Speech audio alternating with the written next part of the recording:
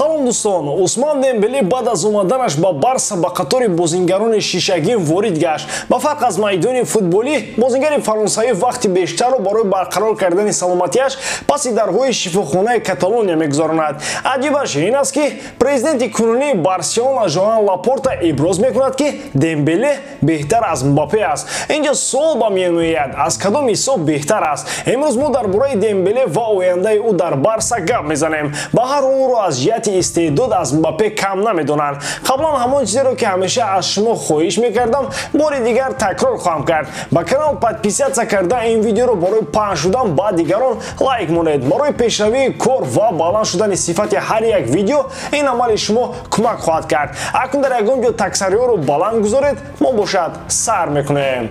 Дӯстон, бозиҳои гурӯҳии Лигаи Чемпионҳо оҳиста-оҳиста ба анҷом мерасад ва ба наздикӣ мефаҳмем ки кадом дастаҳо ба плей-офф рӯхат мегиранд. Милан бозии мушкил бар зидди Ливерпул мегузаронад. Реал Мадрид дар майдони худ Интерро пешвоз хоҳад гирифт ва мефаҳмем ки кадом даста дар гурӯҳ аз ҷои якум мебарояд. Зери дар Петербург интизори Челси мешавад. Барселона бошад барои ғалаба ба Мюнхен парвоз хоҳад кард. Оя шогирдони Хави ба плей-офф баромада метавонанд ё ин ки роҳи худро дар Лигаи Аврупо идома медиҳанд? Фаворитони худро бо дӯстони мо аз 1x интихоб намоед. Аз бозӣ ҳаловат бурда ҳамчунин бо промокоди MG0777 соҳиби $100 бонус гарден. Ссилкаи бозӣ дар комментарияи ин видео.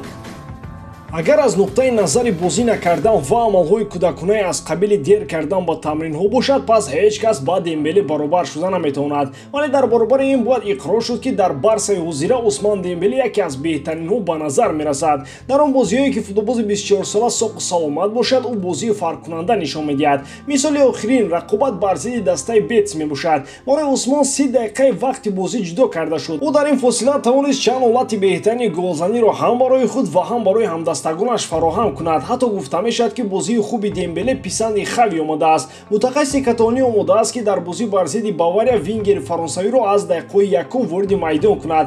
Баъзеҳо шӯхӣ карда мегӯянд ки мақсади асосии Хави он аст ки Дембеле боз осеб бардорад ва ба имзои шартномаи нави Барселона розигиашро бидиҳад. мавзӯи асосӣ берун аз майдони футболӣ ва натиҷаҳои варзишӣ дар Каталония айни ҳол маҳз ҳамин аст.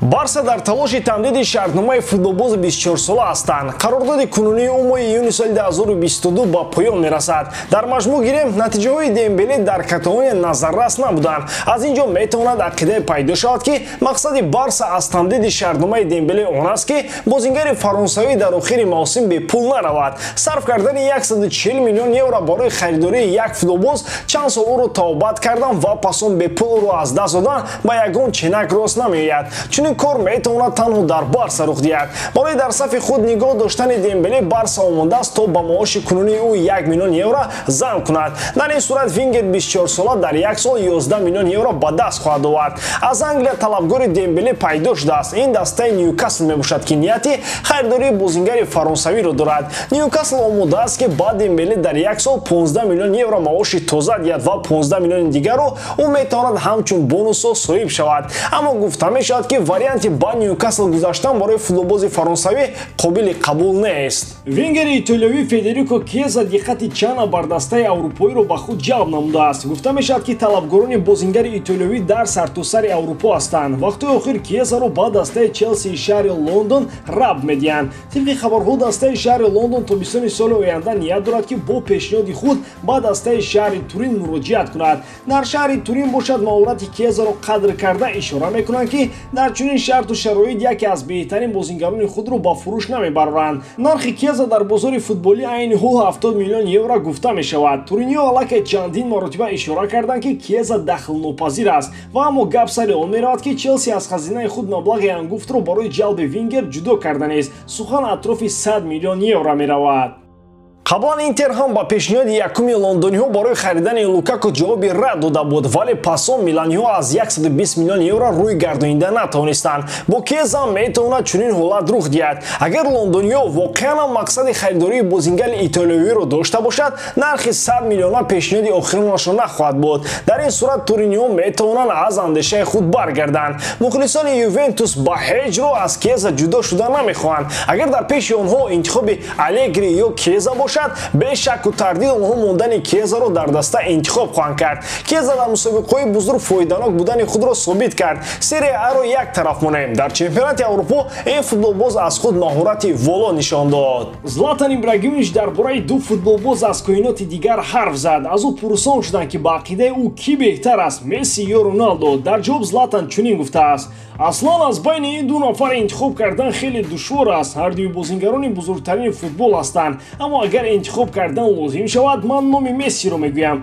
Таҷрибаи бозӣ кардан бо ин футболбозро дорам. Он чизе ки Месси дар майдон нишон медиҳад шигифтангез аст. На танҳо Ибрагимович, балки футболбозони зиёде ин бозингаронро қиёс мекунанд. Бархе аз онҳо овози худро ба тарафи Месси ва дигарон ба Роналдо равон мекунанд. Давоми беш аз 10 сол маъз ҳамин ду нафар дар тахти шоҳии футбол қарор доранд. Рақобати онҳо хеле зиёд давом кард. Бешаку шубҳа беҳтарин бозингарон дар таърихи солҳои 2010 маъз онҳо хоҳанд буд. Солҳои 90-умро ба номи Зидан ва Роналдо, солҳои 2000-умро ба номи Роналдино ва Кака ва солҳои 2010-умро маъз бо номи Роналдо ва Месси ба хотир хоҳанд овард. ҳар як нафар бо дарк ва биниши худ Месси ва Роналдоро беҳтарин хоҳад хонд. Ҳеҷ чиз поянда нест. Айни ҳол Месси плеймейкер ва Роналдо форварди қаторӣ ҳастанд. Оҳиста оҳиста ҷои онҳоро Мбаппе ва Холланд мегиранд. Месси истеъдоди худодод дорад ва Роналдо бошад, пас аз меҳнату заҳмати зиёд ба қуллаҳои баландтарин расид. Вале ин маънои онро надорад ки Месси меҳнат накард ва ё Роналдо шабеҳи чӯби бефоида буд. Оддӣ карда гӯем рақобати байни ҳамдигар онҳоро дар ин солҳо беҳтар намуд. Шумо чӣ дӯстон, аз ду легендаи футболи муосир кадомашро мухлисӣ мекунед ва сабабаш дар чист? Андешаи худро дар комментария нависед. Ин барои мо хеле муҳим аст. Бо шумо буд мисли ҳар вақта Муҳаммад Гаиров. Хай дӯстон, дар паноҳи Аллоҳ.